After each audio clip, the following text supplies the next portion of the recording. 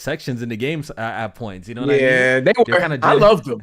I love like every time he was on. I loved his section. Like they were easy as hell, but I You guess know they when? had to make it that What's way the because character's he's a name? kid. Angraboda. Angraboda. Mhm. Agrabota, Yeah, yeah. Angraboda. His Yeah. love interest. You know, yeah, that part of the game where you're riding like the bowling thing. I can't even lie. That part kind of I felt like it dragged on a little too long. It was slow. It took a while. Yeah, it was a little Yeah, too slow. people were saying it took a long time to get through it. Yeah, that part of the game was a little bit slow. But we are live. We are not late, people. Actually, we are late because we were supposed to start at 7:30. Few minutes. Yeah, it's not that bad. We usually way later than this, so you guys gotta. Oh yeah. We set a time. Like 10, 15 minutes late. Like we say 7:00. We come 7:20. That's how late we be.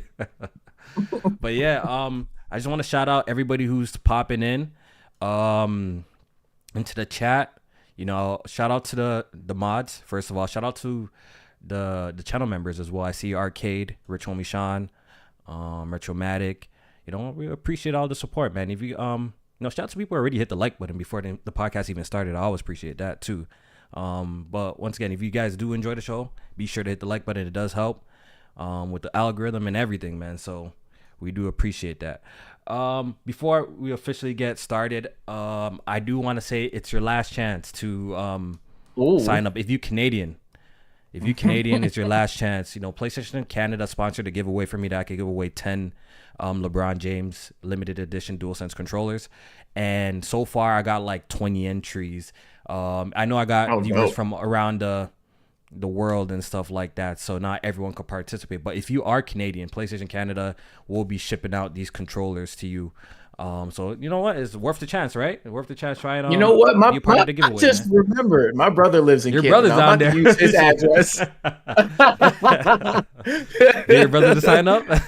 Yeah, I'm about to use his address, and that way he could just send that shit to me when he comes this way. Need that. But yeah, welcome to another episode of Good Gaming episode 45. Today we definitely got a great show for you guys.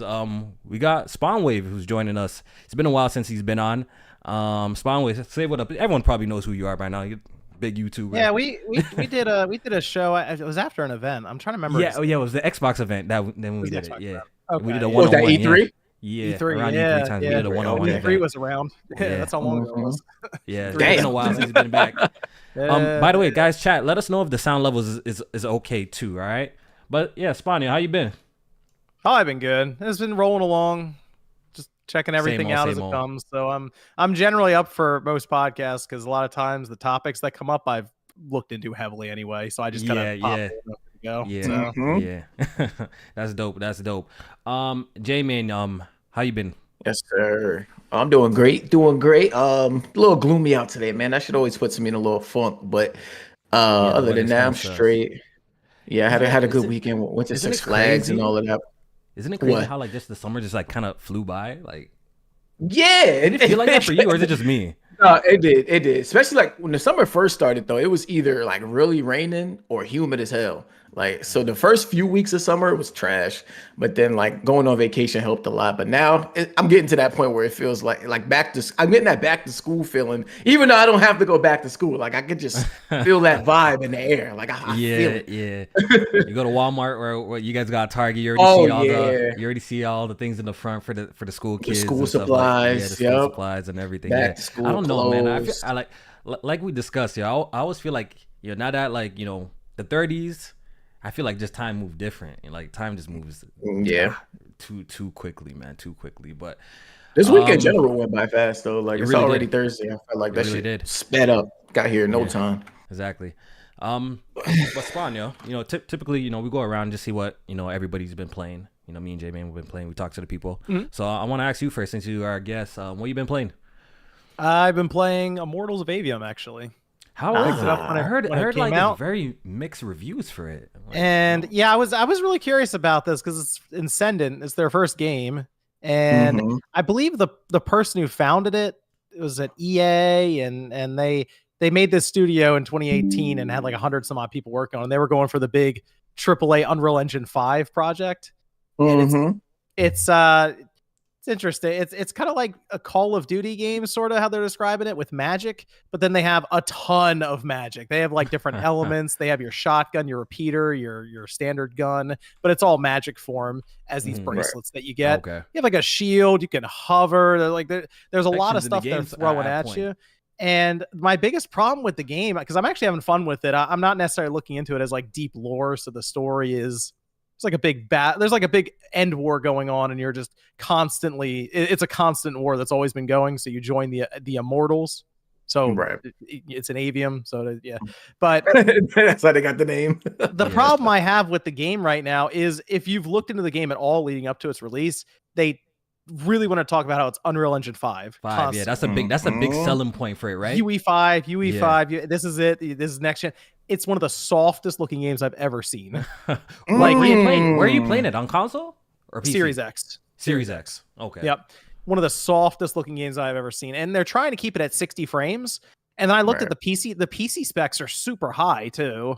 I heard it looks much better on PC though. I did hear that though. That it looks much better. But this on is PC. a situation where it's like, break out the 4080 or the 4090 or something for this one, because it's rough in terms of the visuals on the Series X, and they don't have any kind of. There's no visual settings or anything. There's not a quality mode. You can't change motion blur. Nothing. It's just you get what you get, and that's it.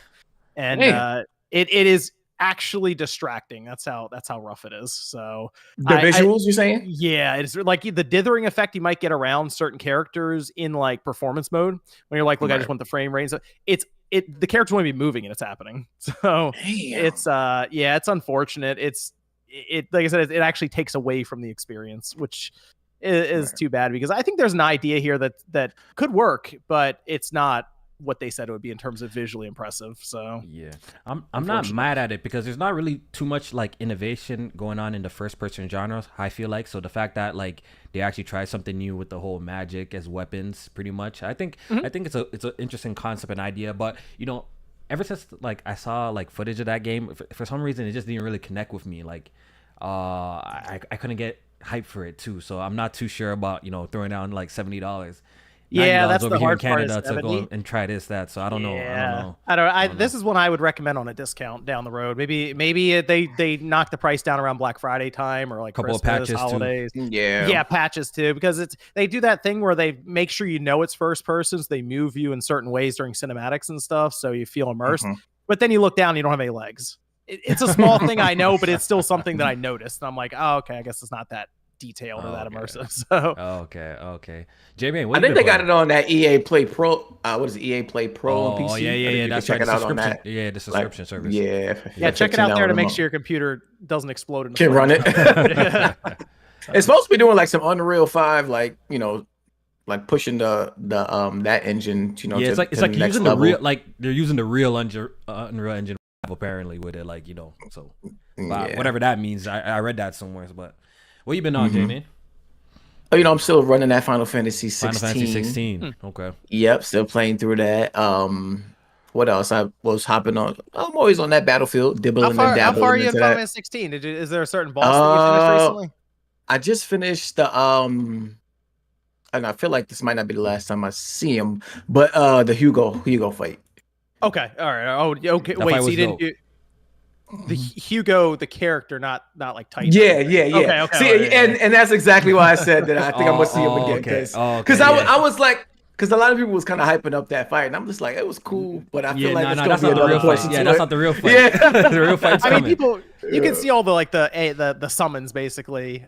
You fight, so you already kind of have an idea of what you're gonna fight anyway. Right. But Titan is the one that people have. There's a different one. There's one that I actually like more than Titan though in there. Yeah, I feel like I know which one you're talking about though, because there's one I can't wait to get into. Yeah, it's like straight up Dragon Ball Z stuff going on. Yeah. I even like his character, like period. I like his style. Clive is dope. Like we had this conversation before, so I'm not gonna go too deep into it. But Final Fantasy 16 is actually a really good game. I just feel like there's just these moments that I felt like could have been taken out, and the game would have been like 10 times better.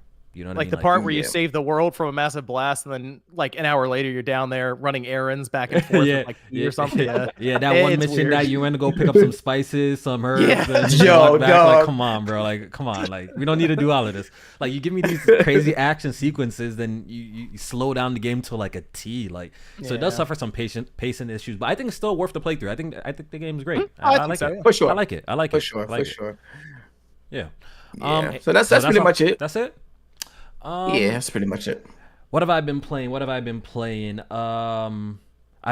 Bomb Rush Cyberpunk. I've been playing that. Okay.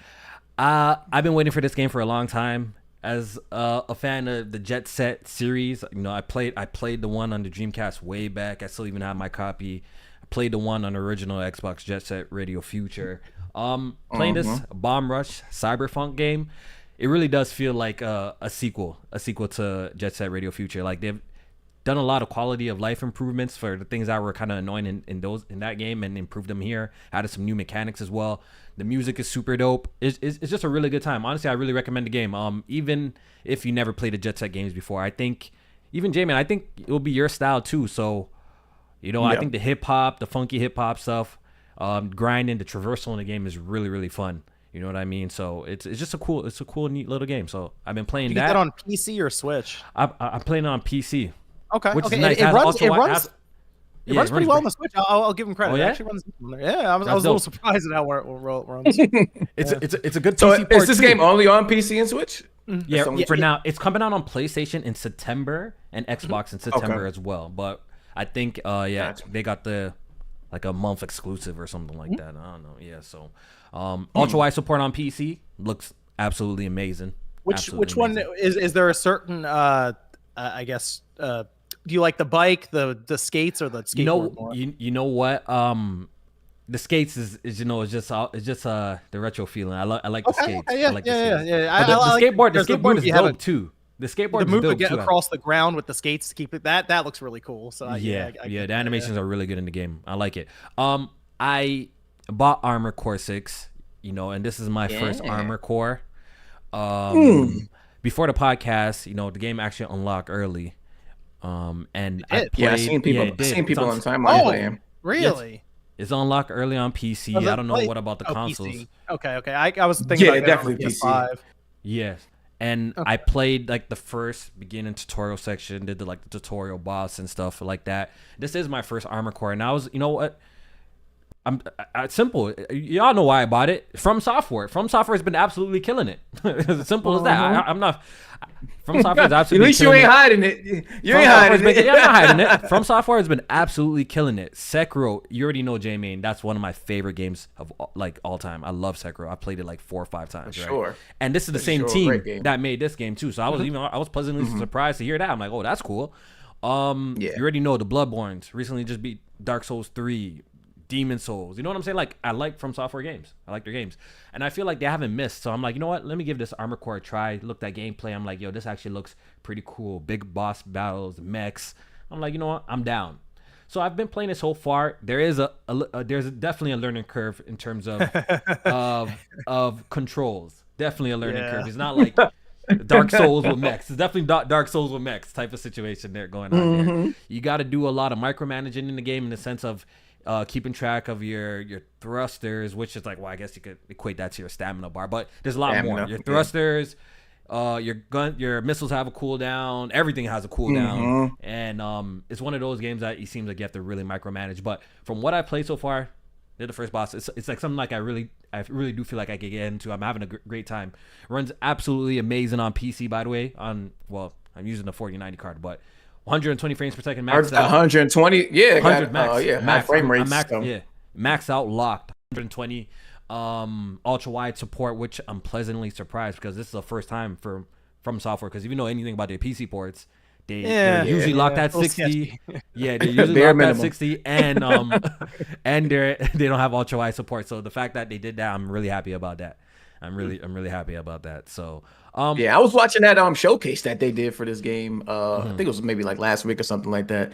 Game looked fire though. Like gameplay wise, gameplay looked good.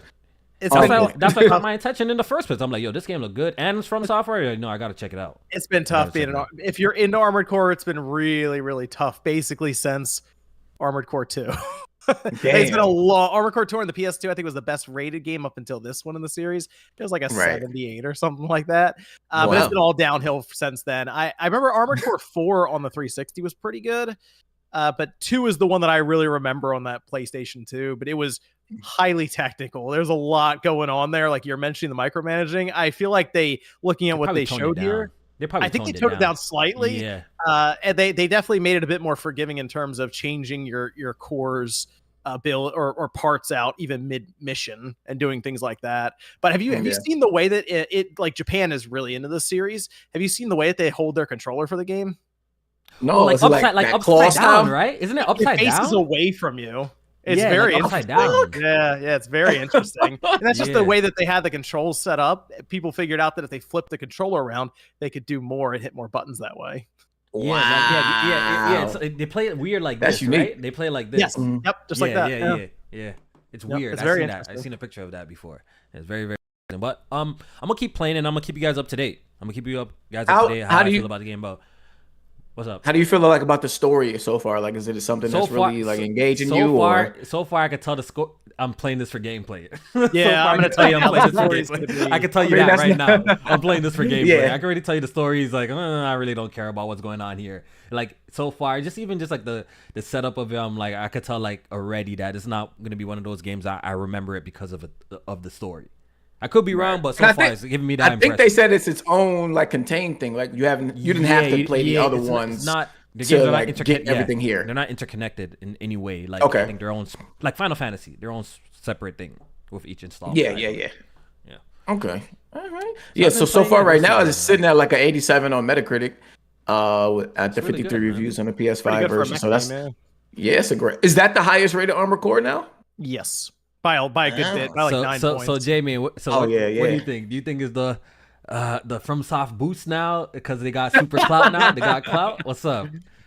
In terms of people trying it out, absolutely. But in terms of the score, from what I've seen and what I've watched, like the game looks good. It looks good. Like ever since that first reveal trailer, when they showed little glimpses of gameplay and trailers after that, I'm like, this looks solid. Like I might even check it out. I never played.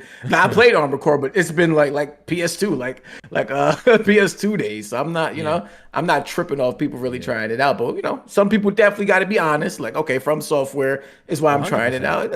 That's cool. But we got it. I say this is probably the most money that's been put behind one too, because the series has never sold well. The most I think an Armored Core game has sold is like 250,000 copies. Mm-hmm. Yeah, like ever. So but honestly, once again, like as a gamer, I feel like how many games have we played, Jmaine, that we're not starting off with like the first entry, but maybe we heard from word of mouth that this shit was good. I feel like that exists. You know what I'm saying? So I get there's for some reason I know some people are trying to bring like this negative like connotation to like wanted to hop on a game on its like 6th or 3rd installment or anything like that. I think if it looks good, right? I think if the studio has built up a reputation enough that they're trustworthy and they drop amazing games, you want to check it out.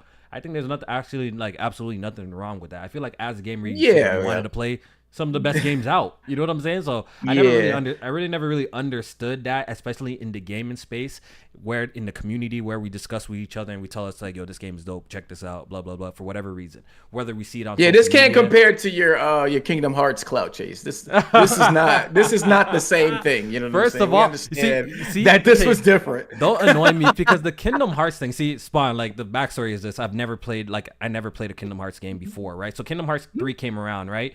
But guess what?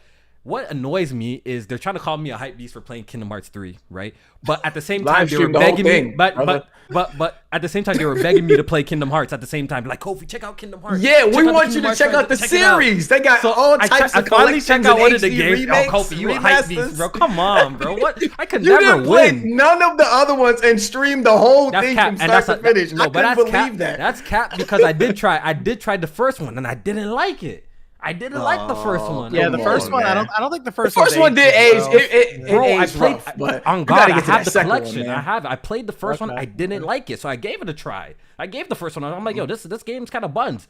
But I did see gameplay of the third one, and it looked more fluid. It looked more smooth out. And I can say to this day, I don't know what the hell is going on. Shit, I don't even think Kingdom Hearts fans know what the hell that's going on in that game, bro. So me and you in the same boat, anyways. You don't know what's going on. You can't explain the story. I can't explain the story. So who cares? We don't got enough time. We're just going. We don't have to talk about that J-Man, because exactly. When Kingdom Hearts 4 come out, because if I'll break it down for you right now, I'll break it down for you. But I call you out right now to tell me what's going on in Kingdom Hearts series. You won't know nothing that's going on in that. So cut it out. A little bit of time traveling. And you are in the same boat. Coats.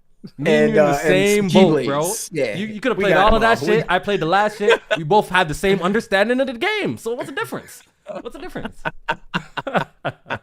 Yeah, but that's all I've been playing, man. That's all I've been playing. Yeah, man. It seems like the next couple of weeks, though, we got a lot of great games to look forward to. You know, man, it's about to get crazy. It's about to get crazy. September and October, it's about to get nuts. Yeah. Oh, we played. And we already had a lot. We played Texas Chainsaw Massacre as well. Oh yeah, I've been hearing a lot of good word of mouth about that game. Like, yeah, it's actually.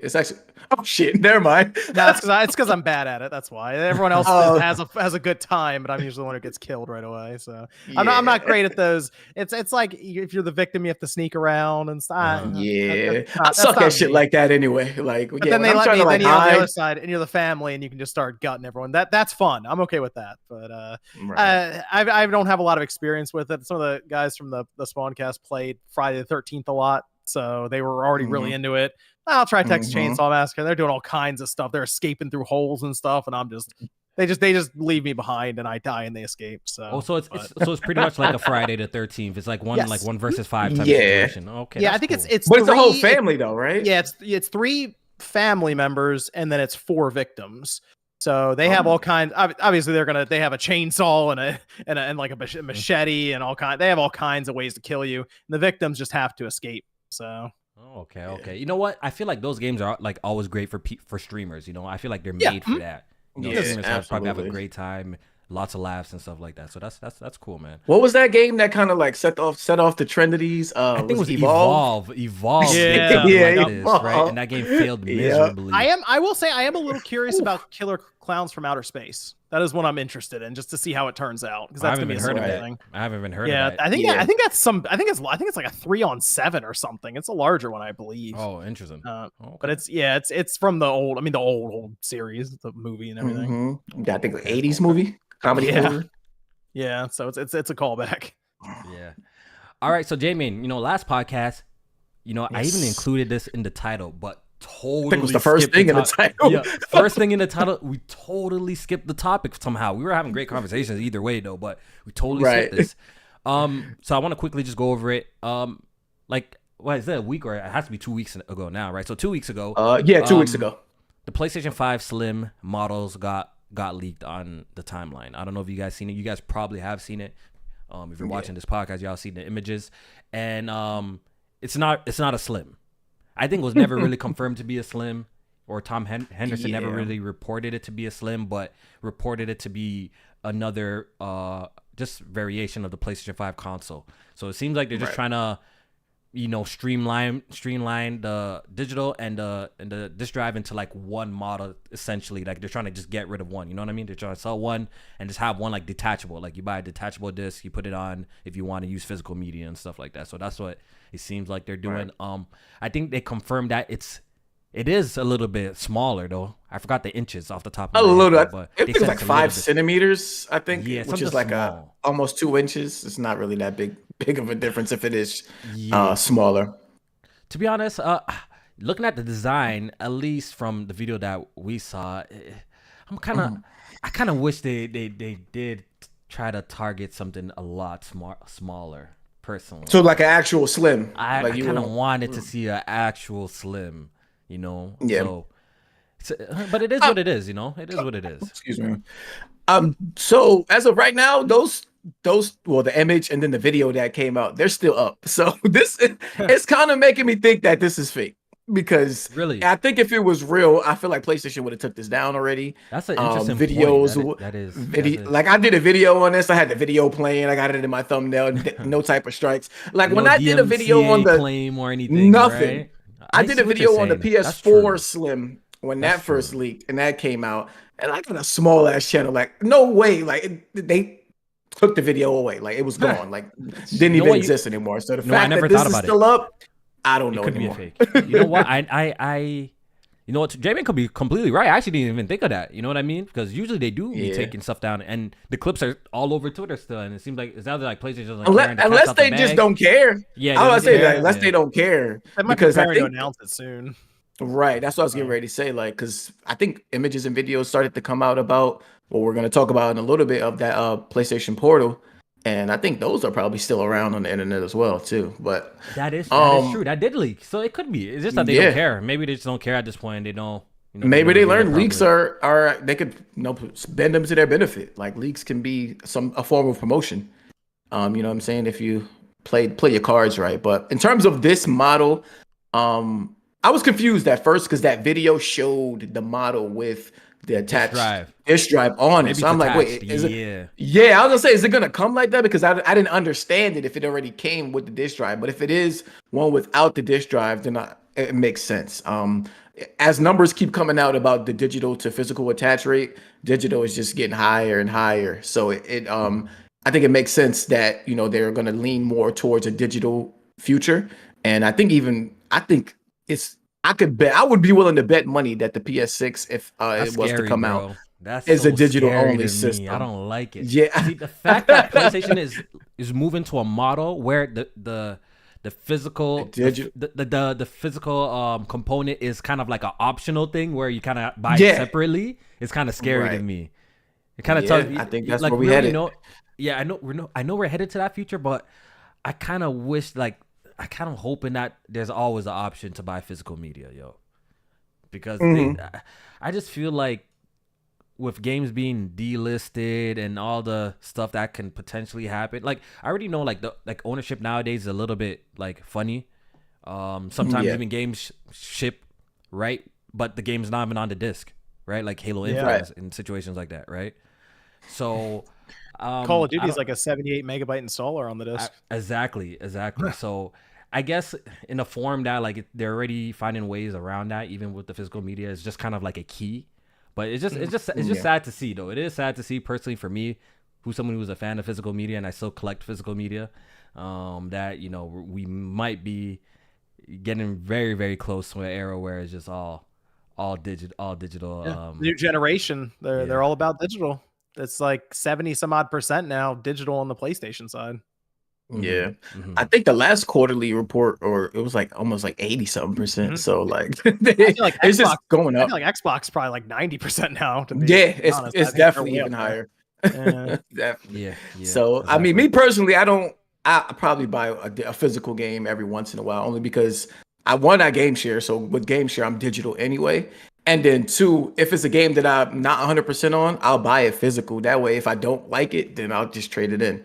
So, and I only do that every once in a while. It's not like I do that a lot. So, if it is a digital future, I don't collect shit, so I'm cool with it.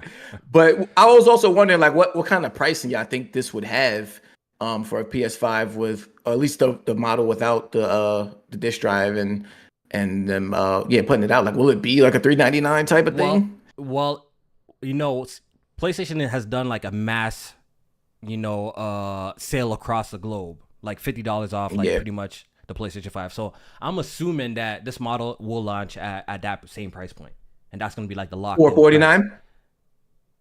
What is it? It's $349, right? $349. That's what the sale is going for right now, right?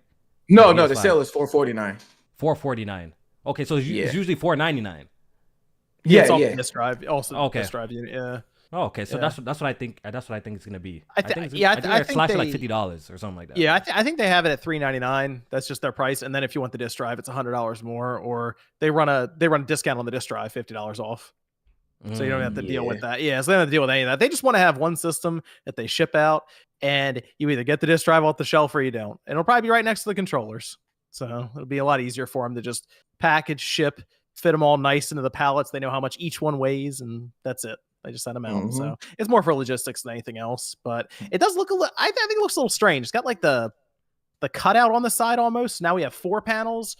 Does that mean that my Spider-Man panels that I got, do those work on that? Or that's what's so interesting, because we do know that it's smaller. So all the people the people that are collecting the faceplates, like the different colorways and stuff like that, does that mean that's only like specific for that model? And how does this work for collector's editions in the futures, or faceplates in the futures? Like faceplates just like a temporary thing for like the first 3 years of the console? Like it's definitely interesting. I want to see PlayStation like come out and, you know, do their digital video or whatever and explaining the console and how it works and how the detachable drive, you know, how you actually install it and stuff like that. Like I kind of want to see the process. Yeah, I want to see the process and see what happens. It's definitely gonna be interesting if they went out their way to do all these, you know, these faceplates, and that's just only for this specific model, which they're gonna end up stop selling real soon. Yeah, I think if anything, that Spider-Man, because that Spider-Man faceplate sold out like it was hotcakes. So if they really like get rid of that whole system, then they just shit money away at that point, because they should have a faceplate for like every big game release. Like even if it's like a third-party marketing deal that they got, like there should be a faceplate to go with it. Like if they got the rights to Call of Duty this year, like they should have a Call of Duty faceplate. They should have had a Final Fantasy one that was like worldwide and stuff like that. Yeah, I think they had I swear they had one probably just in Japan or something like that, right? Yeah, I think it was only in Japan. Only in Japan. Okay. All right. Well, talking about faceplates, Microsoft announced some wraps. Covers. Some covers for the console. So, I mean, how do you guys feel about this? I want to get y'all take on this. How do y'all feel about the Microsoft? I don't even know what, like, is there a proper name for that? Like X wrapper? Like, what is it called? I think it's called they're called covers. Just covers. I have them marketed. Console wraps or cover. I think the PR says console cover, Xbox covers. Okay, so they're launching with like 2 camouflage variations and a Starfield one. So pretty much, yeah, it's like a jacket for your Series X. Yeah, wrap it around. Like you guys think this is a good idea, a good alternative than, you know, them doing custom consoles? Because people were asking for a custom console for Starfield, you know. So you think this kind of makes up for it? Yeah, I guess. I feel like this is. I mean, it's not gonna make up for the custom, no, because actually I think Microsoft does the better custom consoles when it comes to the two, at least between them and PlayStation. Because they usually go real hard with the sound effects and have certain like etchings into the system and stuff like that. But I think with this way, it probably made more sense for them, because it's not much you could really do with that shape of that system, other than like kind of what they did with the wrap and just not physically on the system itself. So I think with this is probably like, you know, they could produce more and probably make more money out of it, and then get people to buy other variations that they come out with, rather than just a separate system itself for every like game and stuff like that. So I like the idea consumer wise, for everybody getting like, you know, a chance to pick up whatever one that they like for their favorite game or something, like, or their favorite design. But no, people gonna miss some custom consoles. I think I need to see it in person, because they're trying to describe it. They're like, it's fabric on one side. I want to see the quality of it, right? Exactly, like the quality. Yeah, I'm very. The print. People compared it to them iPad, iPad covers. Oh, like the folio covers, kind of. The folio. Yeah, okay. Yeah. It's weird as it's Velcro in the back. I kind of figured they would have gone with like a magnetized lock on the back, like we see. Like the tablets and stuff have. Velcro, the Velcro was weird. Does that mean like you change? You're gonna get that Velcro noise whenever you rip it off? Yeah, it's kind of strange. I don't know. It's definitely a interesting take at doing, you know, I guess like custom designs for your consoles. I definitely didn't see this one coming. The price point for this is, I believe, $49.99. Is it $50? Yeah. For the Starfield one is $50, and then the camo ones are $45. Okay, so the Starfield one is extra. Yeah, that's crazy. That's absolutely crazy. Yeah. How do you guys feel about the price point though? I gotta see it in person, because I remember back with the 360, some of those faceplates, they were like $25 to $30 for some of them. So, and that was in 2006 or so. So you go with inflation, it's like that's not too far off from this. But I need to see what this looks like, and I guess at the end of the day, it's you just don't buy it and live without it. But it does seem a little, to me, it seems a little high. But I also kind of thought about that with the plastic on the PlayStation 5. I'm like, I guess they're just saying, hey, you want the Spider-Man one? It's going to cost you what, $65 or so, and people buy into it. But I got to see it in person before I can say if it's good or bad for the pricing. Killer Cam for sure called it a diaper, yo. That's crazy. That's they had all types of names. Call it a diaper. A blanket, Xbox Snuggie, they was calling it. I gotta be honest, like I like the idea of people like being able to customize their systems, but I kind of just like my system to look default. Like I like keeping my consoles the way they came in the box. I don't know. I just don't be feeling like the urge to buy it. Like I'd be like, oh, that's nice. Like I like that design on that. But then when it comes to actually check out and buy one, I'd be like, nah, I'm gonna just keep it the same. You know why? Because typically I'm the type of person. They don't look good in your entertainment system. That's why typically when they're like there's too much going on, like it don't really look right in the entertainment system. So I do understand how you like the simplistic look of like just the regular OEM design. You know what I mean? So I do understand that. Because I'm probably just gonna switch it back anyway. Like when I'm not playing the game no more. Like when Spider-Man passes and I got the platinum, I'm gonna just take the shit off. Like I'm looking at it like I ain't playing Spider-Man no more. So I guess in that case it's better than those puffy decals we used to have way back in the day, where it'd go on like the side of your 360 or the top of your original Xbox or PS2, and it had like that puff like gel top to it. That was the worst. Yeah. And that's why I'm not putting like no sticker decal. I'm not doing that shit. I don't want to deal with residue and other. I'm not doing it. I know they gotten better over time, but I don't feel like they look. Yeah, I just gotta see it in person, see how well it fits to it, like form fitting and all this. See if you really can't tell if it's necessarily a jacket you put on your system, and then I'll kind of go from there. Yeah. So that was a little interesting little thing. And Jmaine, no spoilers, no nothing, but I've talked to a couple of people that have been playing Starfield. And me and I've been playing it too. Me and you have a little bit of a personal bet, and I kind of want to get what Spawn thinks about this. You know, I actually want to hear from Spawn real quick. Yeah, so, you know, just from everything you've seen, if you were to make an educated guess, where do you think Starfield will fall on the Metacritic scaling? If you were to make an educated guess. I'm going to go with 91. That's what I was thinking too, see? But Jmaine, so we got a bet going on that I pretty much got it under a 90, and KOFI has it above a 90 and above. Yeah, a 90 and above. I said it's going to land at like 89. So I mean, I can see that. It's tough to figure out these games because it depends on, really, to be honest, how much patience some of the people have playing it. Because this is not a game that's going to get off immediately to a fast start or anything. It's a slow burn. But from what people are saying and what's kind of been passed around, it sounds like there's some pretty impressive stuff going on in this game. So. You know what? I've been what.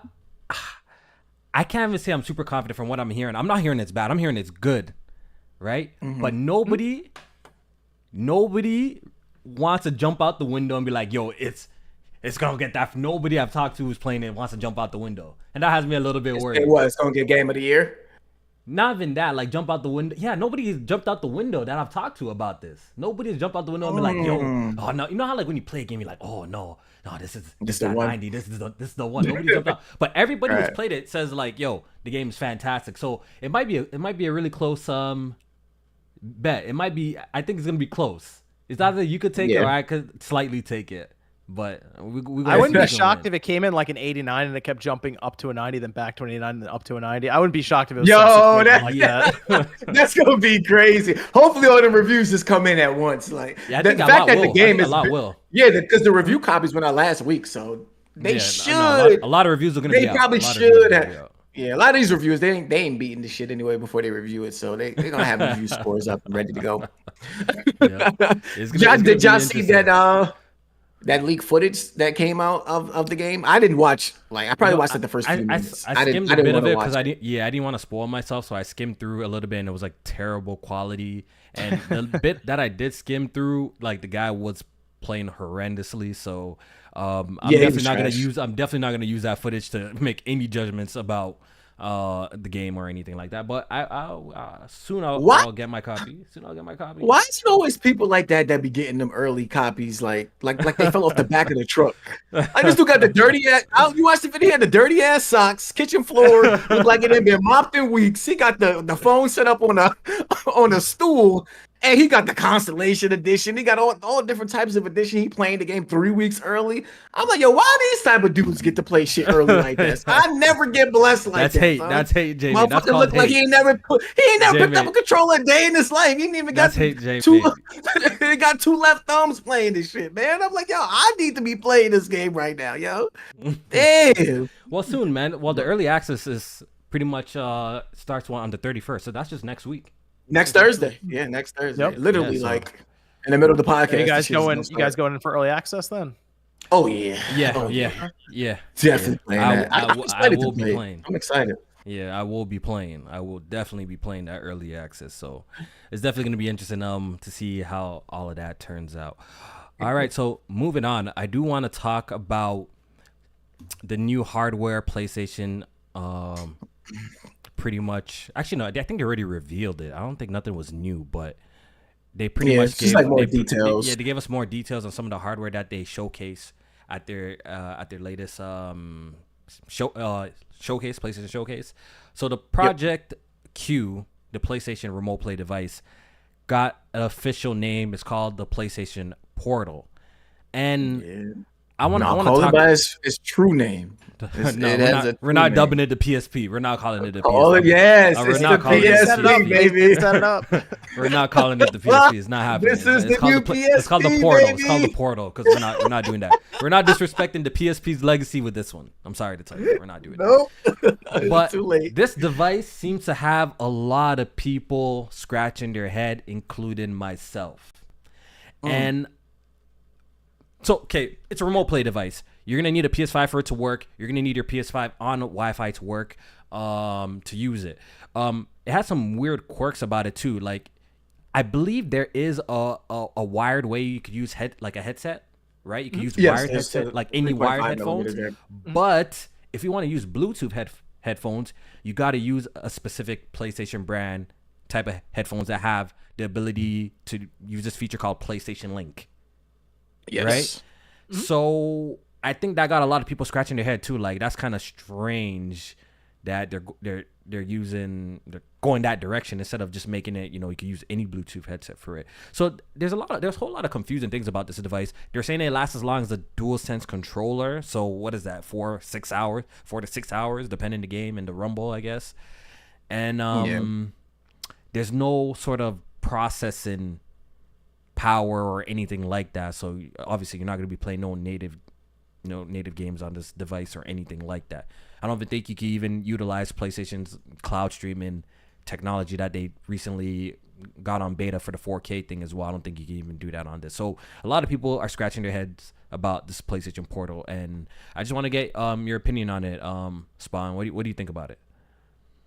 Well, I think their two biggest misses right now anyway, and this can change for at least one of them. No cloud streaming. That one's a little weird to me, but I'll come back to that.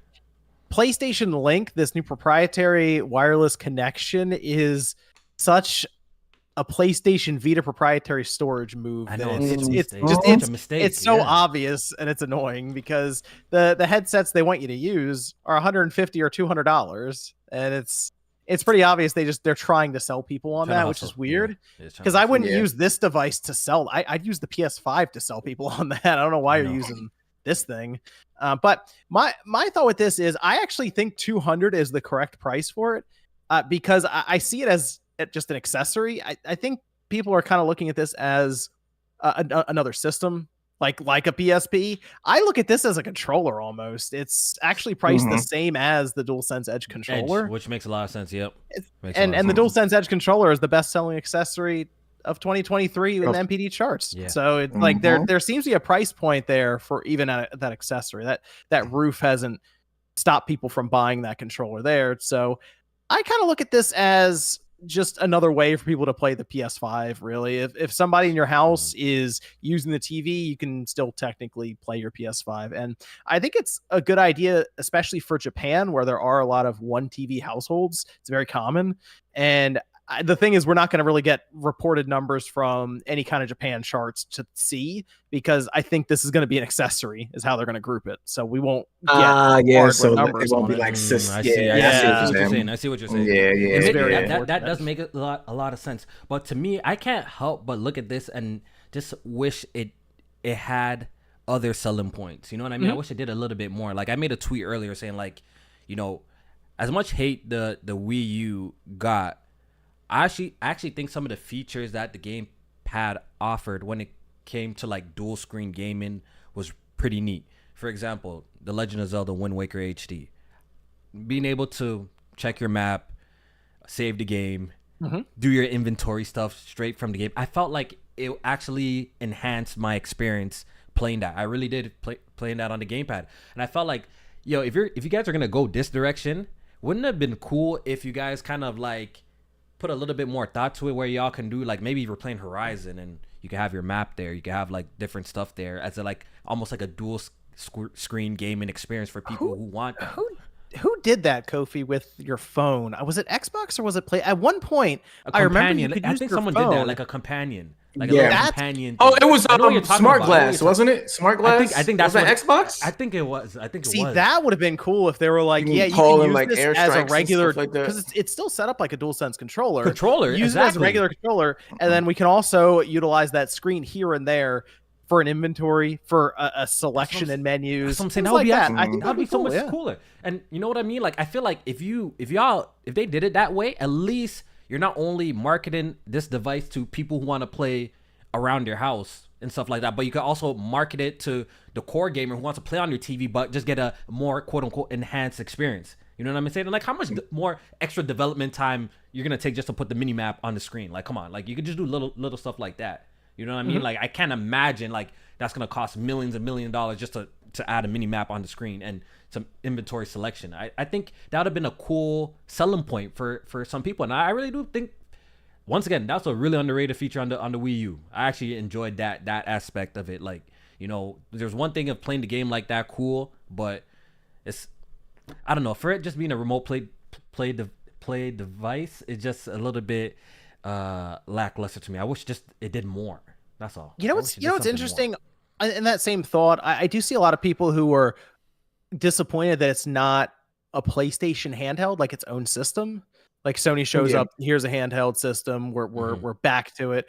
I don't think necessarily, now looking at it, gaming companies, these hardware platform holders, are really not in a position to do that anymore, just where we are with games, because they just take so many more resources and so much more time to make. Nintendo can't even do it anymore. They gave it up. They said, you know what, we're just going to do one system now too. Right, and combine both families into one. It works. It I works just- for them. That's exactly what I've been trying to tell Kofi. Like, PlayStation can't do another dedicated handheld You know right now. what? They can You know what? barely Just- get you know what? Just- first party I just- VR games going. I definitely understand the concerns that people have, and it would be even more of an investment for them now that they gotta maybe go look for more studios, but I just felt like, yo, if somebody was gonna enter the handheld market and actually somewhat compete with Nintendo, who else would it be but PlayStation? Like, Well, I think I have some good news for you too, because I actually think Sony could end up back in the handheld market in somewhere between, I think, 6 or 7 years, potentially in the next gen. And the reason I say that is because AMD is pushing hard right now on like the mobile PC side. Right, you see all these. I mean, the Lenovo's just leaked out. The Steam Deck, the ROG Ally, the ROG Ally. That tells me there's about to be a serious push for development on these smaller chipsets. And I actually wouldn't be shocked if we get into like next gen 2028 or something like that. And Sony's like, you know what? It is viable to have a $400, $500 handheld, but it'll play PlayStation games. You'll play the main games. Yeah, it'll play all the same games. Yeah. I think the way that these SoCs are evolving, I think they'll get closer and closer to the ones that you can leave plugged into the wall. You know what, Spawn? Me and Jmaine literally had this debate a couple of podcasts ago, and I said the exact same thing. I said the exact same thing, and I brought like the Steam Deck as a perfect example where mobile processing chips are becoming so powerful, and like what you can do with it. Like we're getting full-blown PC games literally in the palm of your hands. What makes you think that PlayStation developers can't get PS5 games, working eventually, on that. So I think there's a market for that. I think there's a market for people that would be interested in that for real though. I think so what you want to look for? You want to look for Windows right now and Microsoft to go all in on their side, because once they create, I'd say, a more receptive Windows environment for these because if you use the ROG Ally, I heard it sucks. I heard Windows sucks on it. The UI is this thing, with Windows, it's like it's tough navigating around. I will tell you that. So once Microsoft really gets on board with it and realizes that these handhelds could actually be basically Xbox handhelds just by default because they'll play Game Pass and stuff, then I think you'll see AMD continue to dump money in. You'll see more of these companies. It sounds weird because it's like Lenovo, but in their mind, it's like, why not? Let's see what happens. You'll see a lot more innovation on that front, and then I could see Sony take advantage in 6 or 7 years. And here's the true PSP 2 or whatever, and it also plays your PS6 games. Yeah, so I think we're coming to a point where that might be very viable because, like I said, like the mobile chips are getting crazy here. You know what I'm saying? So that might not be the craziest thing in the world, Jmaine. Right now, you're imagining that you're gonna have to make dedicated games, or maybe you don't have to make dedicated. Yeah, games. because you can, I just think for PlayStation, when it comes to making a handheld, like people are already disappointed with this because it's not a dedicated handheld. And then you telling me they want to make another one that is only dedicated to playing your already PS5 game? I just I don't think a PlayStation Steam Deck you think people won't be excited for like a PlayStation Steam Deck type of device? You don't think people would like that? Nah, I don't. Where you can play on the go. A few people play on the go, right? A few, but it won't cloud be. Save. You jump back home reach the on your same PlayStation. Success as like what the PSP did, or if you coming back into the market like that. So as long as as long as PlayStation's expectations are in check for what that system would sell and what it is to offer the consumer, then I guess they might go forward with that. But from a consumer standpoint, people want the next PSP, and that is not what the PSP was. The PSP had its own dedicated games that were specifically designed for the handheld, and that's, I feel like, what people want more of. But if it's just like I said, like you guys were saying, playing PS6 games on the go, PS6 Go. I think I can't see a lot of people being too excited for that. I can't. I don't know, man. I'll be excited for that. I think that's. I awesome. will say, oh yeah, I would too. Getting trophies in the bed and like just taking it outside while at work. I'm in the truck. What's really interesting? Dope. What's really interesting with this PlayStation Portal, though, keep in mind if they do open up cloud streaming.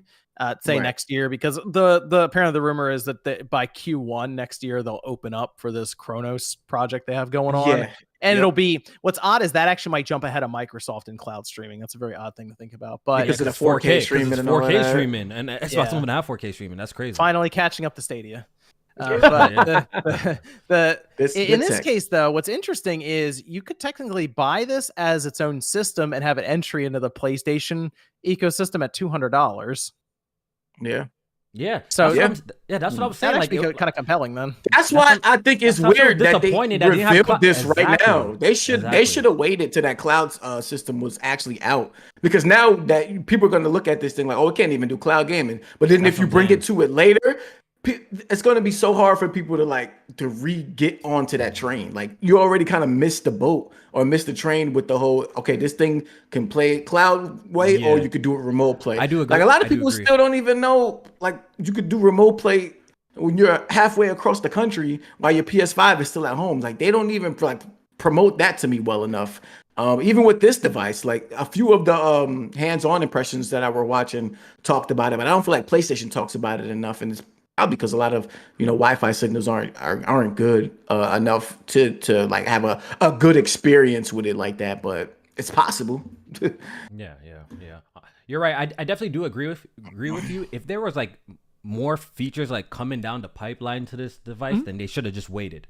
Because, and reveal it with it feature complete, so it sounds like a more compelling device. Because right now, it's cool for the people who want to play some PlayStation in the bedroom, maybe walk around the house. We haven't been people have to even test around like the input latency to see how it is even going a flight upstairs. Like, nobody knows how well this is even gonna work. You know what I mean? Like, most of the tests that we saw seemed to be like the PlayStation was extremely close. The PS5 was extremely close. like 10 feet away. Yeah. Yeah, exactly. Because like those hands-on impressions, they were saying it was, I didn't notice a lot of latency or anything like that. You know what? I believe them, Jmaine. I really do believe them because take this in on the Steam Deck. You could do some workarounds to get remote play working on your PS5. I don't know if Spawn, you've actually tried that on. I have the Logitech G Cloud. Oh, okay, I've used it on that a few times. Yeah, so I've done that, and playing it when it's close by your relative range of your PS5, Jmaine, is actually really good. The latency is really good. Remote play works well. I can't imagine actually like remote playing at work under my hotspot. I think that's gonna be horrible. Yeah, no, that's gonna be terrible. I think that's gonna be horrible. I remember I tried to do that at the hotel in Vegas when I was on vacation. I used to do that with the PSP back in the day for the PS3. You could actually do that. You could do it through like the internet to get to your PS3. Yeah, and it was terrible experience. That was the only way. That'd be horrible. Back then, that was the only way to play Lair with a joystick, the little PSP nub. That was the only. Otherwise, you had to use the 6-axis like steering and stuff, and it was terrible. Yeah, but that was it's evolved quite a bit, but it's still nowhere near like native experience. So it's just. They're saying that PlayStation Link tech is supposed to have like some improvements for the latency with so there was some this remote play system. There was some confusion with that, I think, Jmaine. I had to look into this a lot because it was getting passed around quite a bit as like this is it. This is going to link right to the PS5, and I had to look. Apparently, that's just for the audio side. Like they've reduced latency on audio because of the latency that you would see going through remote play. They've matched it up basically. That's the idea of PlayStation Link, it links it all together.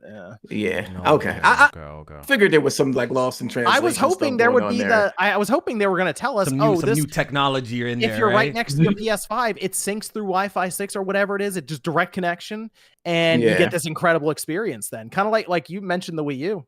KOFI. I thought, oh wait, maybe they have their own proprietary wireless connection there that we didn't know about, and now it's this really good 1080p experience. But yeah, exactly. I guess we will see how this device is adopted with the masses. You know, like I'm really curious if people are gonna jump. I'm pretty sure the hardcore PlayStation fans are gonna jump aboard no matter what. You know what I mean? They're gonna jump aboard. They're gonna be in there day one. Know their PlayStation peripheral, so they're there. But I'm curious to see how well this does in the long term of things. But yeah, maybe one day, man, we'll get that PSP that we all wanted. All right, so at this point in the podcast, you know, I do appreciate all the 150 people watching the podcast. If you guys haven't hit the like button, I would appreciate if you hit it.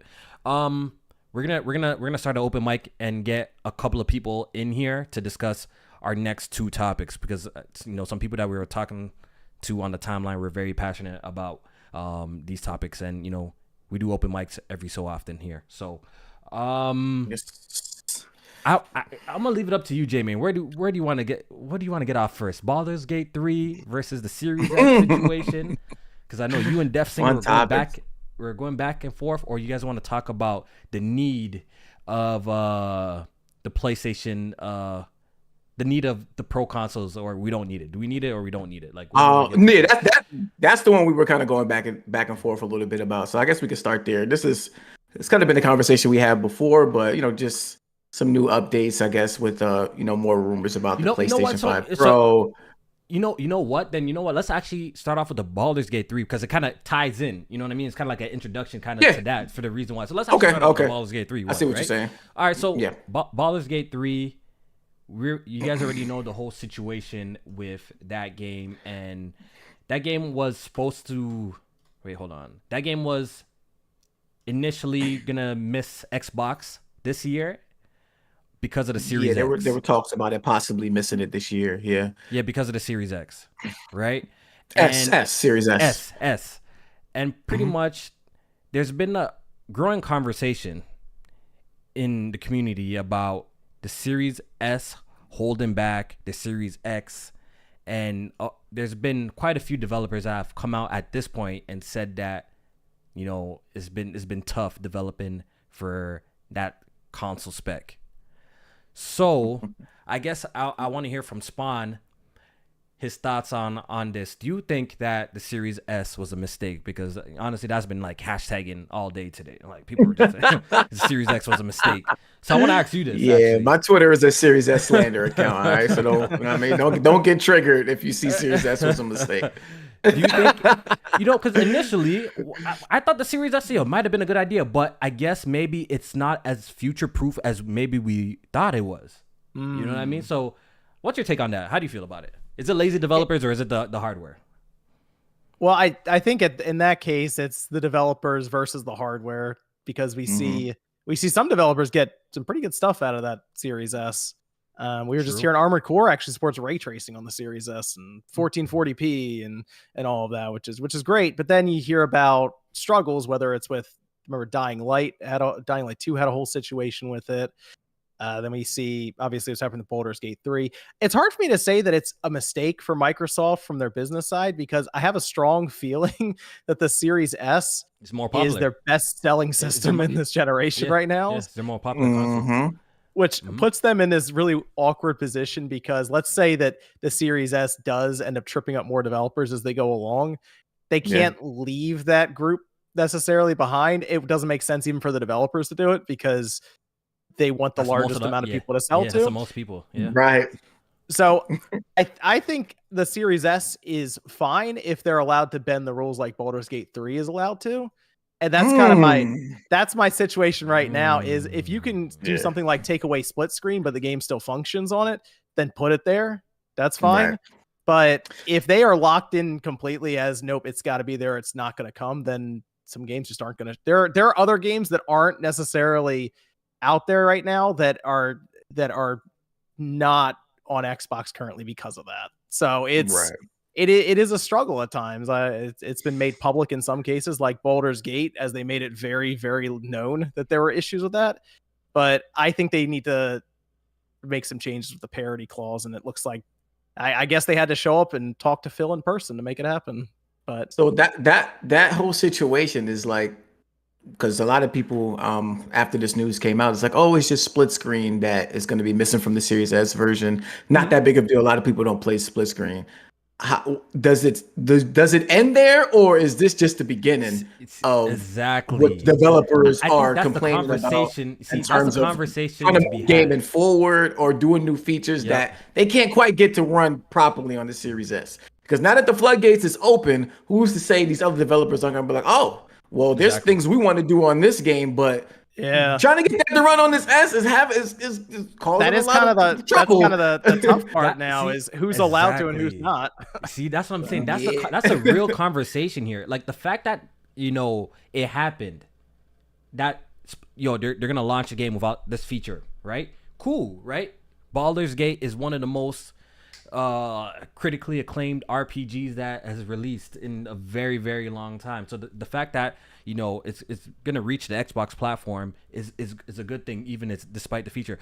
But like I said, the bigger conversation is, does that mean that now developers have leeway to cut modes out, cut this out with because of the situation that just happened here? Because there was a parity clause there to protect Series S owners from not getting a lesser quality game. But if that goes away, feature wise, exactly. So if that goes away, then does this kind of support that the narrative that the Xbox Series S was a mistake? Like, does this support the narrative? I feel like it kind of does. The fact that that features are getting taken away. I do wonder if Microsoft stopped and thought about it and go back in time, and they just matched what Sony did, so a Series X with no disk drive. With no disk drive, that's exactly what I would have wanted them to do. I wonder if they would. I wonder if they would take that time machine and go back and change it. I kind of feel like they would, but that's Phil Spencer knows that answer.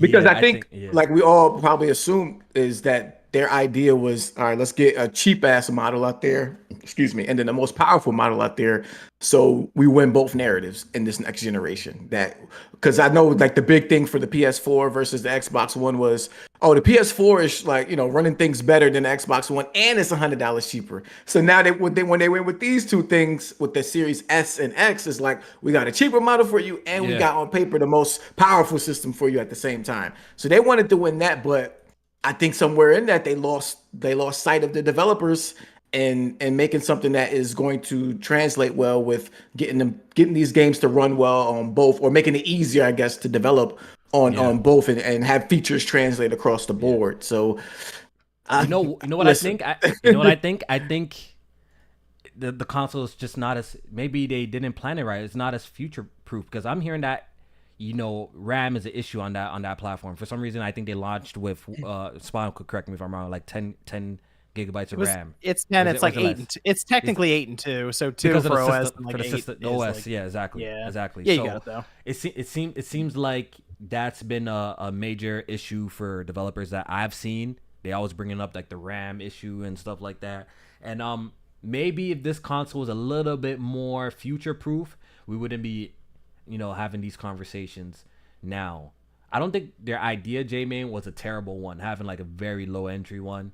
But at the same time, it seemed like that was like the console, especially during the pandemic, that was like the only console that was available. So they sold a lot more of those ones. Like Spawn saying, yeah, I think they were able to produce more. Yeah, I do believe that the Series S, there's more Series S owners out there than Series X owners out there. I think that's, we don't have the numbers, but I think it's safe to say that that's probably the case. That's probably my understanding. It's like 60-40. Yeah, that makes sense. That's probably the case. That makes sense. So it's definitely, like, I think it puts Microsoft, I don't know if this is a W or an L, because it puts Microsoft even in a very interesting position. Because how about next generation? They don't want to go the 2-tier model anymore, and they want to just have like the powerful console. But you got your consumers accustomed to this kind of cheap price model, so you're this lower entry. So all of us, and we're gonna get into the Pro talk. I think the Series S is potentially a reason why there won't be a mid-gen refresh for Xbox. I think that's the reason why Phil Spencer's coming out with all these comments. But before that, no, I actually want to, you know, we got Def Singer in here. Your mic good? Do I sound good? You sound great, yes, Def sir. Singer. How you doing, sir? Clear. I'm doing fantastic. How are you doing? That's good. All right, so you know you've been hearing the conversation that we've been having. So let's ask. I do want to ask you real quick. Was the Series S a mistake? I want to ask you. I want to see how you feel. As a Series S owner, how do you feel today? How you feel? I think the Series S is, the parity thing was kind of stupid. I just deemed the S as a super cheap way to play your current gen games, right? So you would expect it to be like have less features. The whole co-op thing is weird, and I understand. I blame it on the Series S. I don't blame it on the devs. But I could see a world where games won't skip, but they just have, like, the parity clause has to go. So, yeah, okay, the Series X can get split screen, but the Series S can't. It sucks for the Series S owners, which is probably majority.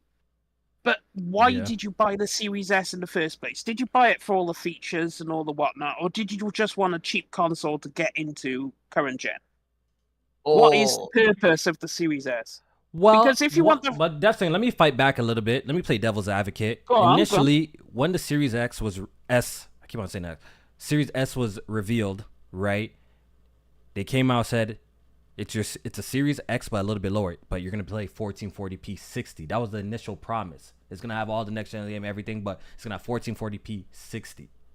You know what I'm saying? So people might have thought that was was a good enough compromise. Like, yo, maybe I don't have a 4K TV, or, you know what I mean? Maybe people might have thought that was a good compromise. Like, if they came out and said, yo, the Series S, it might not have some gameplay features of these next generation games, I think but it'd be a different story. It might be a different People story, would be right? like, what? I'm not buying that. Like, there's a chance that developers could opt and miss some features because this might be a little bit, you know, harder to work with, or might not be able to get it there. I don't think people are buying it. I don't think people are buying it in droves like they did. They bought it with the assumption that this is the cheapest way to get into next generation, or the cheapest way to get into these Xbox games. And now going forward, it seems like that box is open where they might be missing some features or some gameplay things if the developers can't get around it. So but then I do have to push, because at Gamescom, Phil Spencer said, because people brought up Forza Motorsport split screen. Yeah. And as he said, we see the usage statistics, and we decided split screen ain't going to be in Forza. We're going to put our development efforts into other parts of the game. We're not going to bother with split screen. So clearly they saw the usage numbers and was like, well, this is pointless. I mean, it's probably used by whatever percentage they see. And they're like, well, we may as well just not bother. So, but that's across the board, though. Like with Baldur's Gate, it's one of them gets it, one doesn't. With Forza, across the board, you're not getting split screen. Yeah, both of it doesn't get X split or screen, S, right? regardless. But then that would be the difference between third party and first party. It's just the whole controversy behind the Series S. It's like, okay, I bought it for one purpose only. It served its purpose, and I can't really get too mad if you lose out on some features like co-op. Because you bought it for a cheap entry, and if you wanted all the features and the full fat frame rate and everything, you would have got it. You see where I feel like, we're starting to enter a territory that might be a little bit not good for them, because, listen, we know for a fact, even during this whole FTC whatever court proceedings, they pretty much predicted that we're gonna get like the PS6, the next Xbox in 2028. Yep. I believe that's the year that they gave us, right? During that whole shindig, right? So can you imagine just we're about to enter 2024, another 4 years dealing with the Series X, as games are only going to get more demanding. The multi-platform games, and we just starting to get away from cross-gen. They're going to get into more Unreal problems Engine arise. 5, and we're getting into more technical engines and more. You know what I'm saying? So you don't see this being a long-term effect on the Series X, where developers might opt to actually skip the platform completely because they just can't get the game running where they want it to be on the Series S console. You don't think that might be a thing 3 years down the line where shit's gonna get more complicated? I mean, it is gonna get, games are gonna obviously, they're gonna start cranking them out. I could see certain games skipping just because of the features, but I could also see a lot of them, if they drop the whole parity clause, then I think they'll be able to get a version on the Series S. You'd have a version of the game. It probably won't be, top tier, but I mean, at least you'd have a version of the game. Okay. But it's difficult. It's difficult to tell how this is going to go, because this could go one of two ways. It could go really bad, or it could turn out net neutral. It'd never be a positive. It'd never be a positive. But okay. They might come away. Yeah. I got a question for Spawn real quick. So, do you think it would be a terrible idea for Microsoft to release a Series S Plus? Do you think that would be a terrible idea for them to do? Like people would be pissed off type of situation? I think I think that would be the same situation as, what would be in it? Would it be a little bit stronger? Pretty much a little bit stronger. RAM. So yeah, like more RAM. You know what I mean? Like, well, that plays into the same thing about why I don't think they'll have mid-gen refresh, and that's just now you have 3 profiles to develop for, and you're just giving more and more things for these developers to work around. And I feel like in a generation you'd want to have 2 at the most, and Microsoft's already at 2 now. Yeah, so making a third might be a little too crazy. That'd be like, well, crazy. Then you have it. Then maybe they want to do a mid-gen refresh. Now they have 4. That's like you got to develop across the board for all of them. You at least have to have a version of the game. Yeah, that sounds like hell. That That definitely does sound like hell. All right, so bouncing off this, that the Baldur's Gate conversation, right? There's a lot of people that feel like pro consoles are not necessary. Where do you stand on this? Here we go. Where do you stand on this one? Spawn. I was asking Spawn. Where do you stand on this point for pro consoles? Do you think that they're necessary? Do you think they're a waste? Would you like to see them? Oh, I would definitely like to see him. Yeah, I'd love to see him do some crazy PlayStation 5 Pro with like 18 teraflops, ray tracing everywhere, 100 whatever. I don't mind, as I'm a big tech enthusiast and I like seeing that kind of stuff. But is it necessary? I don't think it's necessary, really. I think they could probably go the entire generation with their current systems and just live with what the developers can do for it, because you're going to develop for a PS5 and an Xbox Series, and the next system from Nintendo, which isn't going to be as powerful as the PS5 and the Xbox Series anyway. So you yourself control the cap of what they're developing for, and they'll just keep putting stuff on PC anyway. But I would like to see it, and I think Sony technically has room for it, because they still just have one system that they develop for now, not two. But I think they can go either way. I don't think Sony is necessarily resistant to the idea, so I believe they actually will have a PS5 Pro next year. I hope so, man. Okay, so Def Singer and Jmaine were pretty much going back and forth on the timeline, because Def Singer has a very strong opinion why pro consoles shouldn't exist this generation, or at least it shouldn't come out anytime soon. I think that's where he stands. And Jmaine is all for the pro consoles. He needs that. He needs it. So Def Singer, can you explain to all of us why you don't want to see pro consoles anytime soon? Right. My theory was, when I was thinking about it, I was like, what game across the board, all consoles, what game has really pushed the current hardware? What game has stood out and gone, you have maxed this console? Immortals Video. Oh, well. You got the game. I will send you screenshots. You got the game. I'm telling you. That is a big point. That derailed it. Shit, Final Fantasy 16. How about a Plague Tale Requiem? You don't feel like that kind of pushes consoles to its limits a little bit? What, the current No, console? a Plague Tale Requiem. Oh, you don't think it pushed the PS5 a little bit and the Xbox? It came out. It didn't even have a 60 FPS mode at launch. It was 30 FPS. It did, but still, these games coming out on Unreal Engine 5 look like they're going to be demanding as hell to start with. But eventually, once devs get their hands on it, they'll, gradually make things easier. And it won't be as demanding because they'll probably find shortcuts or ways to do things.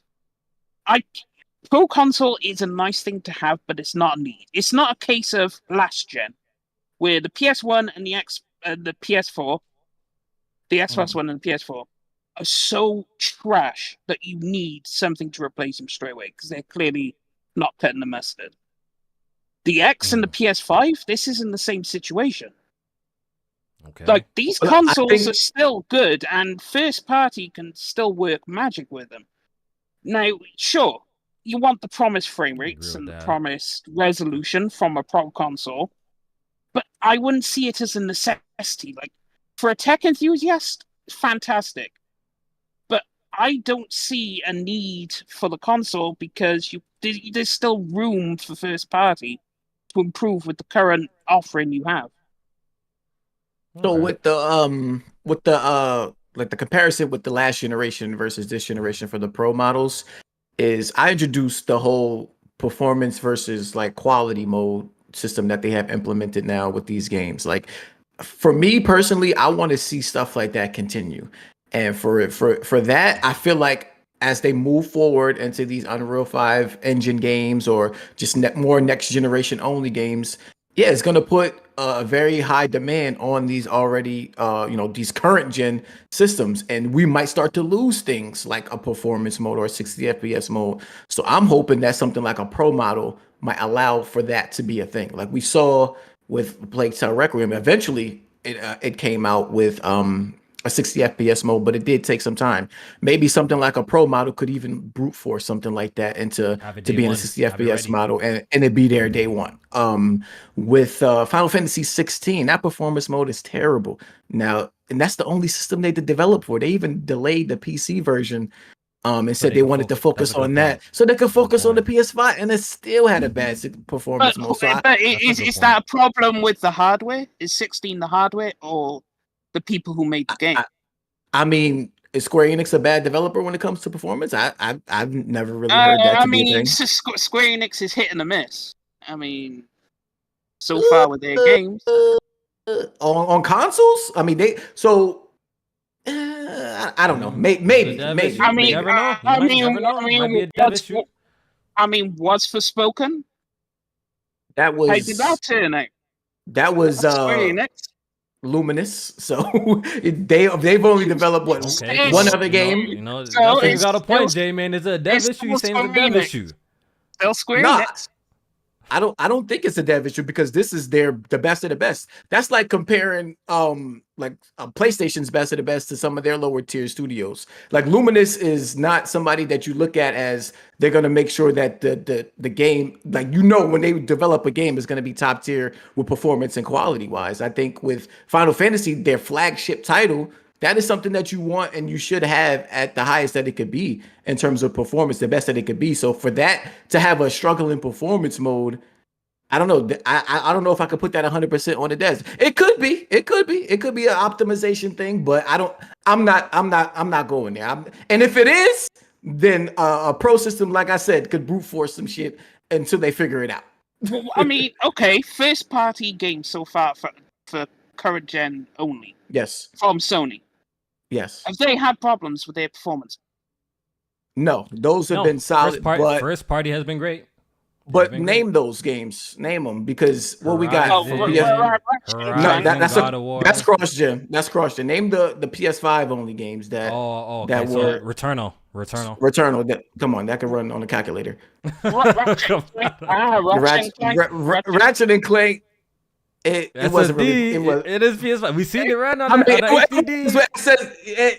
It was the SSD was a thing, but that's not really pushing anything crazy like for visually wise to where the PS5 is going to be struggling.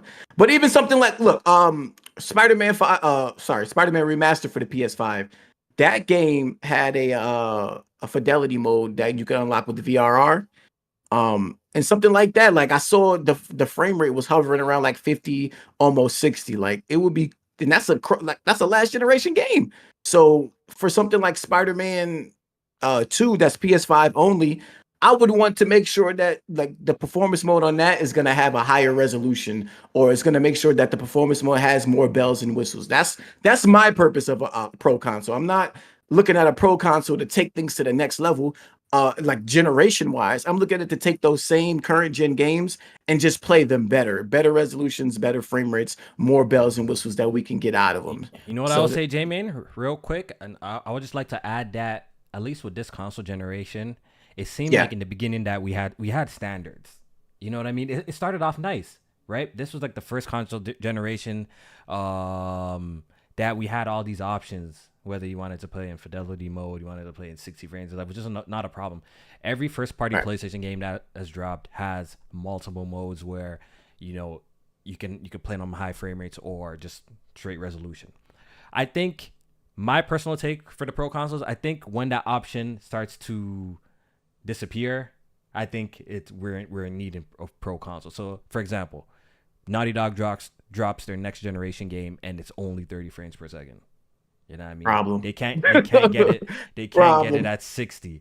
I feel like, just to keep up with the standard that this generation started off and the promises of having these different modes, I think pro consoles are necessary for that reason. Right at this very moment, am I dying for a PlayStation 5 Pro? No. Just because I feel like I haven't got enough from PlayStation 5 yet. But say if this console generation was going to go on, it's going to be like an 8-year thing. I think by 2025, if they were going to drop a stronger console, would make a lot of sense. Maybe by then, we will have the other games like Wolverine out and all of them stuff. I think that makes a lot more sense to me. Getting a pro console next year does feel a little bit soon. Depending, right now, we don't really know the lineup what PlayStation got. It would actually be longer than the last pro console. Because the PS4 Pro right? was 3 years. It was 3 years in after. It was 3 years in. But like I said, right now I feel like I need a little bit more content from them. That's why my mind is more focused on the content from them.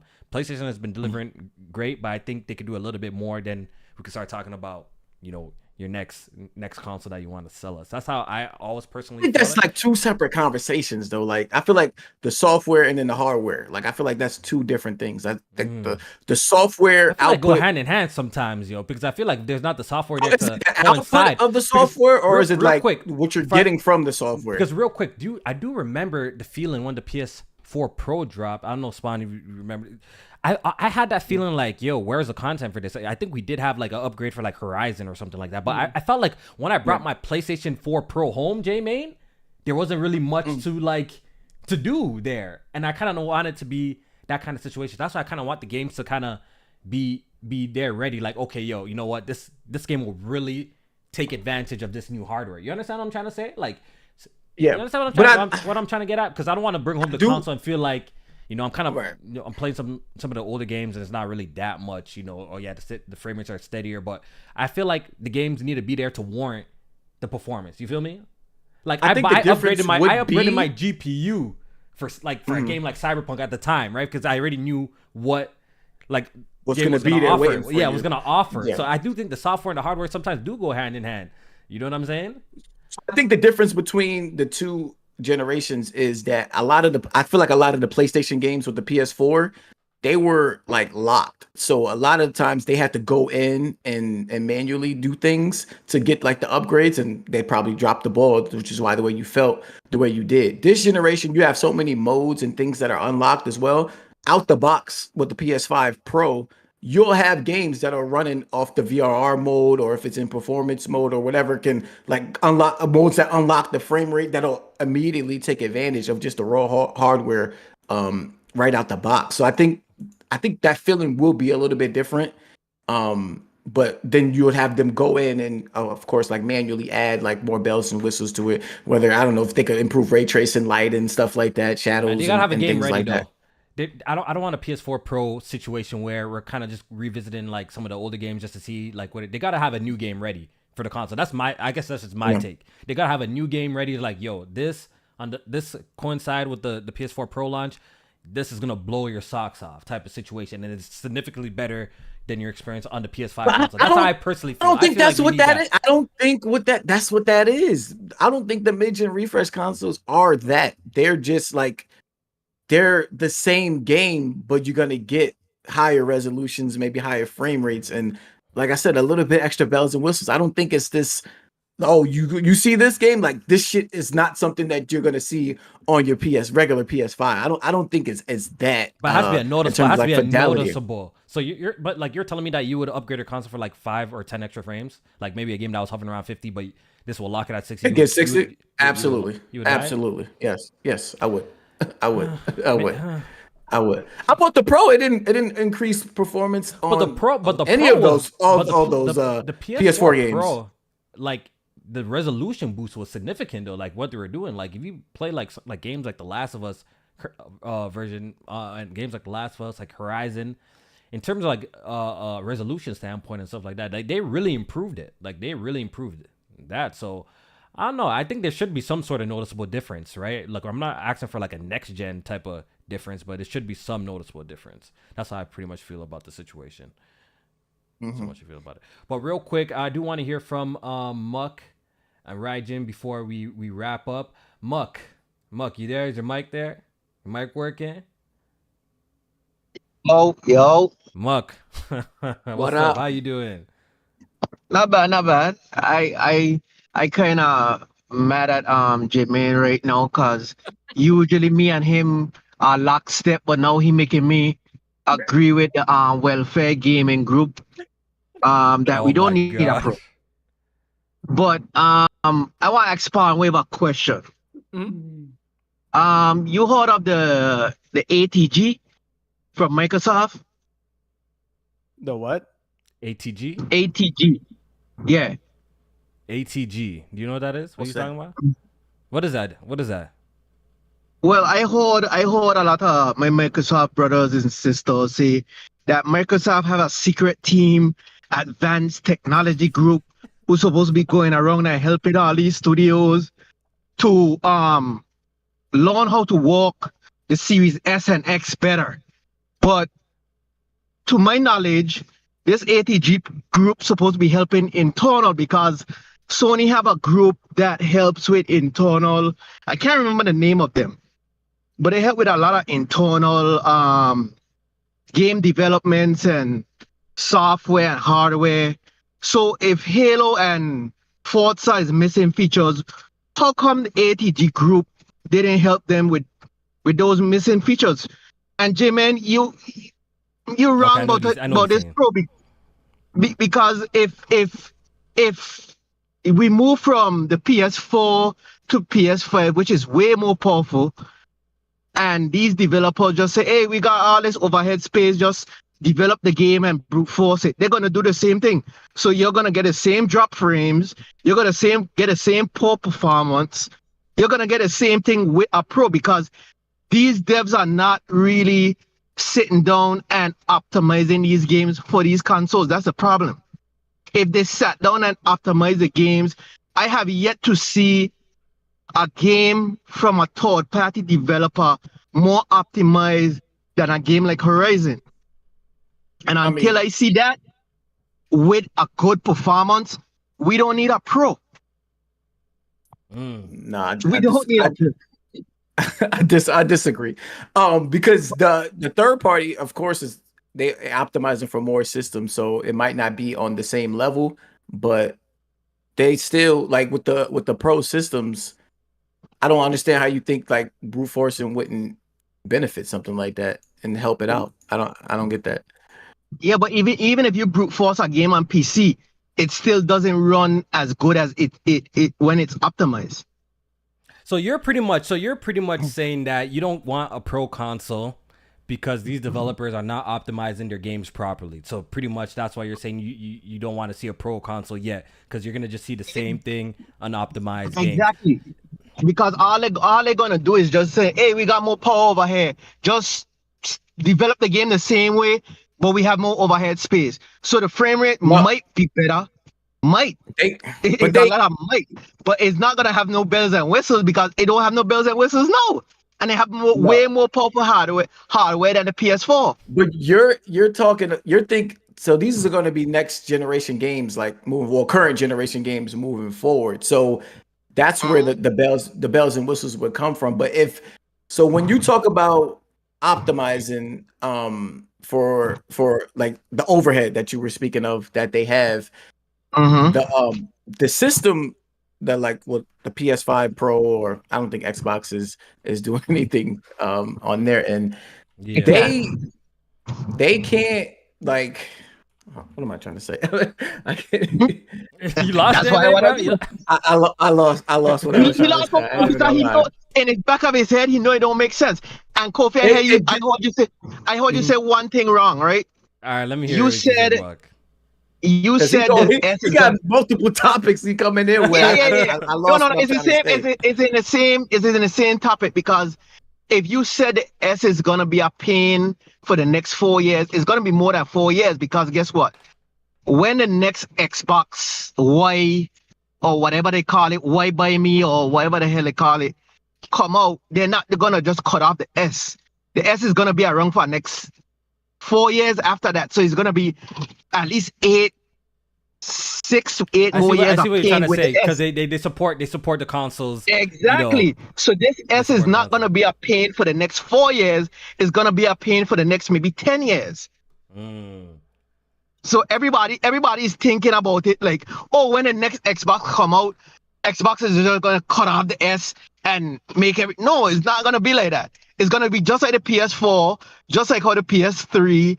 It's going to be a process to get from the old gen to the new gen. So this S is going to be a problem for the next at least 10 years. Jesus.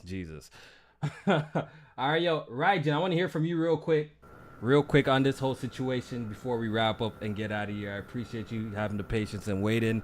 Just the whole conversation about, the Series S and its performance and pretty much do we need pro consoles? Just give us your take on that real quick before we wrap up.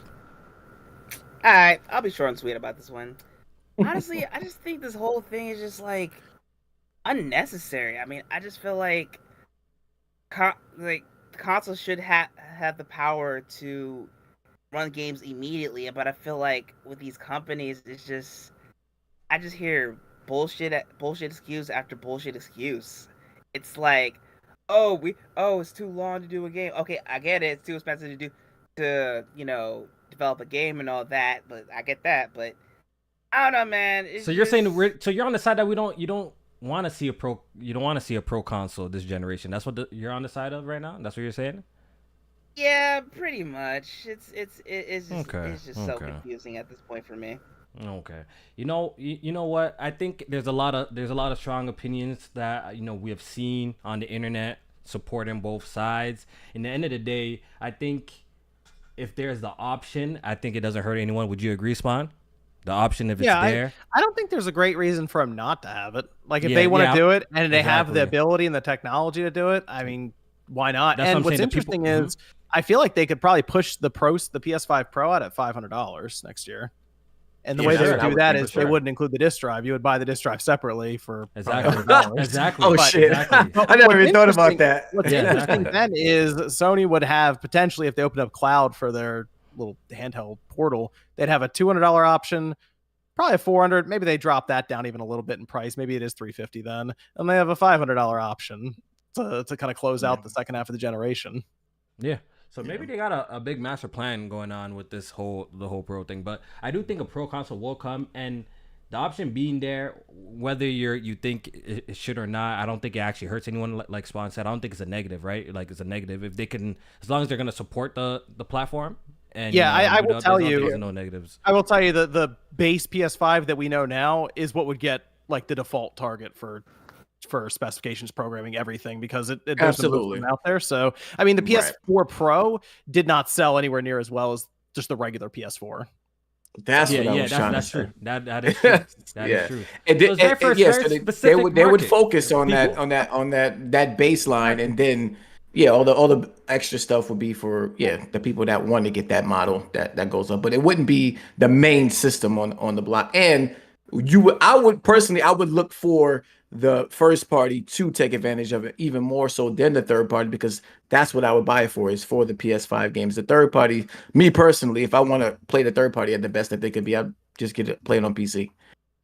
Exactly. I think that pretty much wraps up. We got a super chat donation from Jay Harvey. He says Hunter x Hunter, which I will watch. Okay, Hunter, I will watch. Jay Harvey. Every chance he see you, get off my back. I will watch the anime. I will watch the anime. I promise you this. All right. So, I think I really don't want to talk about no FTC stuff. I just want to close out the podcast. I don't even know what happened there. Yeah, I don't. So I'm so drained. All I know is Ubisoft pretty much. Ubisoft is gonna have the streaming rights to the Activision games. Am I correct, Spawn? That's how it's gonna work? Yep. And what's interesting is they hold the ability to then license it back to Microsoft. It's just a whole weird thing. They're just trying to find a way. They're just trying to find a way to close this deal. Microsoft's trying to work with the CMA, so for future acquisitions that they like there's no bad blood, or what I mean. They're trying to work with them instead of like people say close, get out of UK and all sorts of crazy shit. But they're trying to work with them, and people think UK is just doing a stalling tactic to the next date. Microsoft can officially. Microsoft employs thousands of people there. I don't think they should get out of the UK. That's not a good idea. I don't think that's a good idea, and that's not gonna happen, right? I think the deal will close before that actually happens, to be honest, or like the deal will fall apart before that actually happens. They're not leaving the UK. They're not going to leave the UK, right? They make a lot of money over there, so that doesn't make sense. But yeah, I'm really not trying to get into that whole shindig. But Microsoft did propose to the CMA that they're going to sell off the cloud-only streaming rights to Ubisoft streaming services, and they'll license it out to whoever, I guess, Xbox, PlayStation, whoever. I think that's how it's going to work. Real quick, too, before we get out of here, God of War Ragnarok DLC may be in the works, and I do think this rumor is very true, because I don't know if you guys remember, we saw a job. Spoiler alert. Yeah, we saw a job posting a couple of weeks ago, just maybe 2 weeks ago. We saw a job posting that they're hiring somebody for combat and it sounded like that's familiar with the God of War. That's familiar with God of War, so it does make sense. And we all know the way God of War Ragnarok ended which I'm not gonna get into in case somebody in here hasn't finished it. No, I gave the spoiler alert. You good?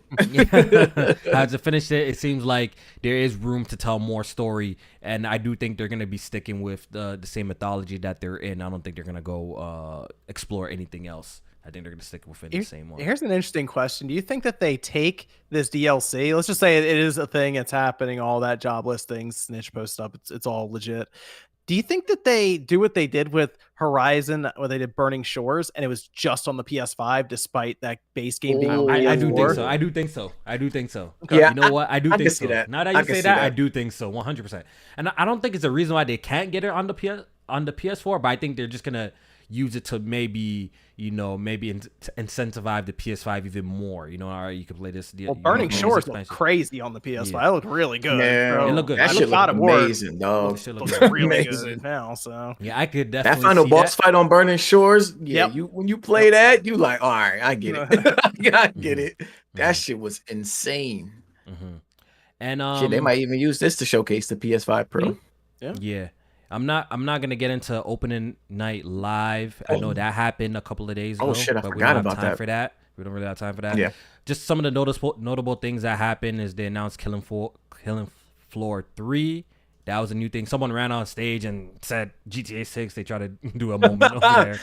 Keely need to hire me as security. I will knock these motherfuckers out. I swear to God. And swear to God. As soon as I see somebody rolling up. I just want to talk about the things that like quickly stood out. We could just skim by them. Alan Wake 2, the gameplay spot. You seen that? Holy it looks good. I think it's a good move them still though to move it to the end of October, just because I think that game looks too good to get buried. To be honest, it would get it really. That shit is gonna be a looker. Like that game. See that 14-minute gameplay. The lighting 4 days away from Halloween too. God. Like the mood will be there and everything. And be ready. Right. And I believe that it has path tracing on PC as well. So that's another thing that's doing path tracing. They did that with like they were really good with that though. Remedy with they did a lot of the ray tracing and all. With control. Yeah, they were like kind of like the DLSS. They were the showcase game. You know, like Remedy does. I think Alan Wake. I think it's going to be that showcase game again. Yeah, it's really good because I think there's a new tech coming out, something DLSS 3.5. Yeah. And I believe Alan Wake 2 is going to feature it. So there you go. Yep. There it is. The only thing I feel like we should really notice, should talk about real quick is how good Black Myth Wukong looks. That game looks really good. That shit looks fire. Yes. Does anyone else still feel like they need to play that just to make sure it's like it's real? Like, they would like think of that. Yeah. Don't get me started. Don't get me started. Yeah, because I feel like a lot of them games, the Crimson Desert, Crimson Desert, Phantom Zero. I feel like those games are all fake games to me. I just don't believe it. Like it's too good to be true. God, I really don't. Crimson Desert is coming from. I don't want Phantom Blade to be fake. Phantom Blade looks so fake, and when you heard the story, that looks more believable than any of them. That looks more believable. The animation in Phantom Blade looks too fake to me. It looks like what? How do you even play ass chicks? Oh, you talking about Phantom Blade Zero? Okay, Phantom Blade I'm Zero. thinking of I'm not talking about Stellar Blade. The one that looks super choreographed. Stellar Blade. That was so crazy. I'm like, yo, how do you even play something like this? And when you hear the story about the development, like apparently they just started the development of that game. So like, how do you even have all of this? Yeah, I don't know. I don't believe it. But I got major copium with it, but I understand. And I think that's about it. So we're gonna go ahead and wrap up the podcast. It was definitely fun talking with Spawn. Thank you guys. Thank you for pulling up to the podcast once again. What's it called? We definitely have to have you back one day. One day we'll get you back. I'm around. But I do want to shout out the people who hopped in to add to the conversation. Deaf Singer, Muck, Raijin. Muck, next time you pull up, come with one topic at a time, please. After I'm a few drinks in, I start to lose my train of thought. This motherfucker bombarded me. I forgot what the hell I was talking about. As soon as Muck coming in with a super strong accent, he just low-key I want to be dying, but like I be trying to keep my composure. Muck is funny. Yeah, I like Muck. Man. Shout out to Muck. KOFI was over there doing translation, subtitles, translation. But yeah, shout out to Muck. Shout out to everyone who came. Shout out to everyone who came through. watch the podcast. Shout out to everyone who hit the like button. I really do appreciate it. Hopefully you guys enjoyed this episode of Good Gaming. Definitely was a fun one to be a part of. And yeah, I think that's it. We'll see you guys next week. Take it easy, people.